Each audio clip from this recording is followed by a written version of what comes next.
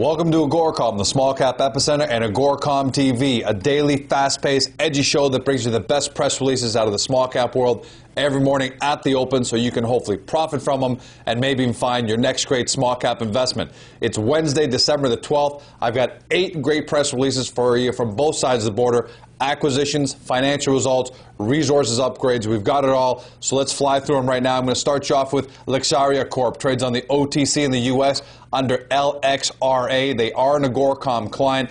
This press release came out yesterday during trading, so we're going to announce it this morning. They announced an increase in its proved oil and gas reserves in Mississippi and Oklahoma in the 12 months ending October 31st. Here are the numbers.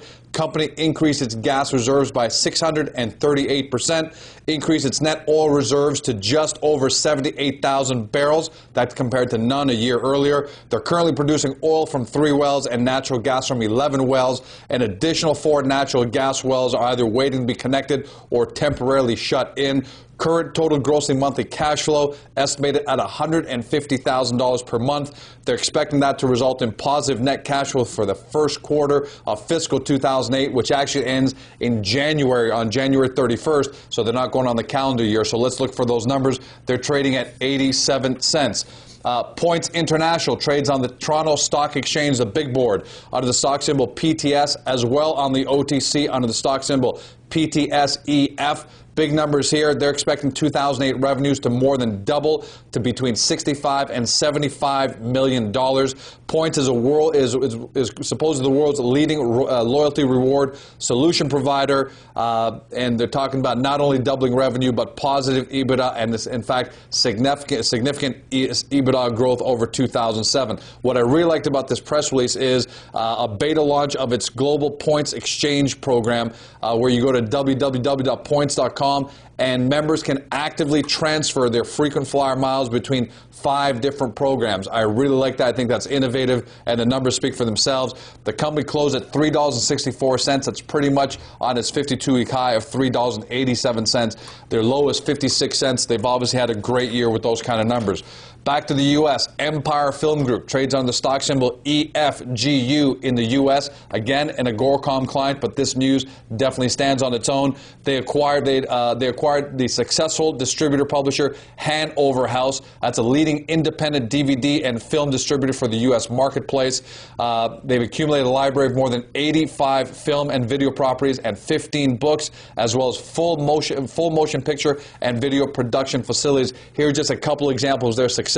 Successful DVD release, Christmas in the Clouds, which was selected as Oprah's must-see holiday movie, and successful book release was the former #1 Amazon.com bestseller Blood, Money, and Power, How LBJ Killed JFK. Empire Home and Entertainment is releasing 14 new titles to the DVD market during the first quarter of 2008. What I also like about this deal is Hanover House has some great customers. Their products are available through Walmart, Amazon, Barnes & Noble, Best Buy, Blockbuster, Borders, and a whole bunch of other names. In fact, their head office is right down in Lafayette, Arkansas, as close to Walmart as can be. They closed yesterday at $2.56. Ranaz Corporation making a repeat performance here on the venture exchange under RNZ. They announced the acquisition of Bartec, their first major strategic acquisition in the U.S. First of all, what does Ranaz do? They're a company specializing in the manufacturing and marketing of protein and dietary supplements for weight loss and obesity treatment. We all know, unfortunately, that's a growing market, and Ranaz has been putting out great news all year. Here's another one.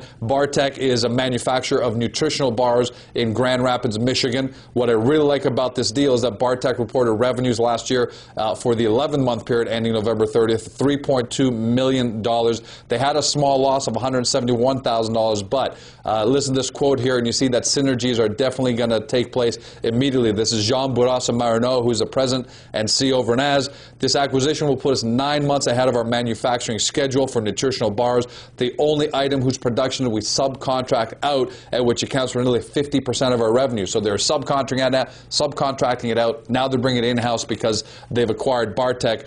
Listen to this. We estimate that this acquisition will reduce our capital expense forecast for bar manufacturing by nearly $2 million. So you're talking about if in fact Bartech had a loss of $171,000, they're going to make it up with $2 million in savings. The transaction still has to go through due diligence and approvals, so we got to look for closing of that. They closed at $1.30 yesterday. The high is $2.22. So we're in December.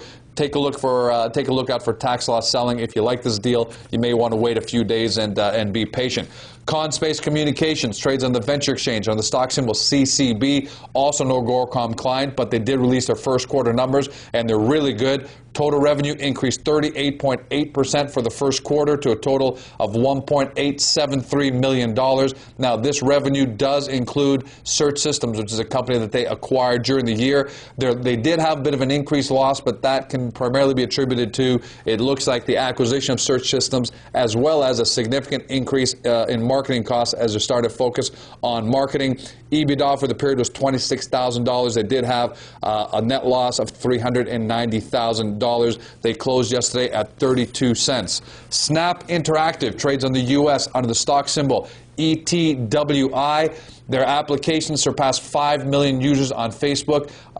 Pretty much all of you have heard about Facebook. Well, the biggest phenomenon going on right now on Facebook is this new applications system in which companies are able to build software for Facebook users and launch it right into a massive targeted crowd. And some companies are achieving great success. Snap is one of them. That's why I like this. They're actually publishing 2 dating applications.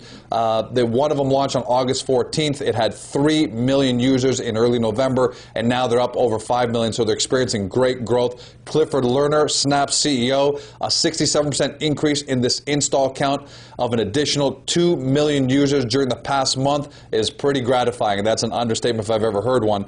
We're delighted that growth of our applications continues to experience and consider 5 million users to be a significant milestone. More than 500,000 unique users visit our applications on a daily basis. That's huge. The Facebook platform is a development system that enables companies and developers to build apps for the Facebook website where all Facebook users can interact with them. It provides unparalleled distribution potential. Facebook has more than 58 million active users right now, so any company that's capitalizing that may do well in the future. They're closed yesterday at 72 cents. Switching back to resources, Rambler Metals trades on the TSX Venture Exchange under RAB, and for our UK viewers on the AIM under the stock symbol RMM.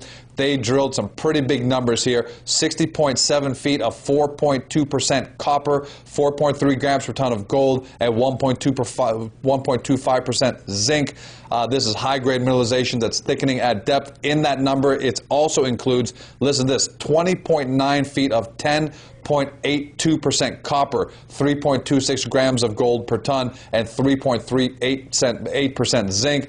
Also included in that 29.3 feet of 8% copper, 8.7 grams of gold per ton, and 2.46% zinc. Pretty big number. They're trading at $1.50. This is a repeat performance for them on AGORACOM TV, and they are trading at the higher end of their trading range. No surprise with those kind of numbers. Finally, Glamis Resources on the Venture Exchange under the stock symbol GLM. They actually have 2. They have Series A and Series B shares. So we're looking at the common GLM.A. They announced a light oil discovery at their Queensdale, Saskatchewan project. Now, this is preliminary, but I think it's something to watch right now.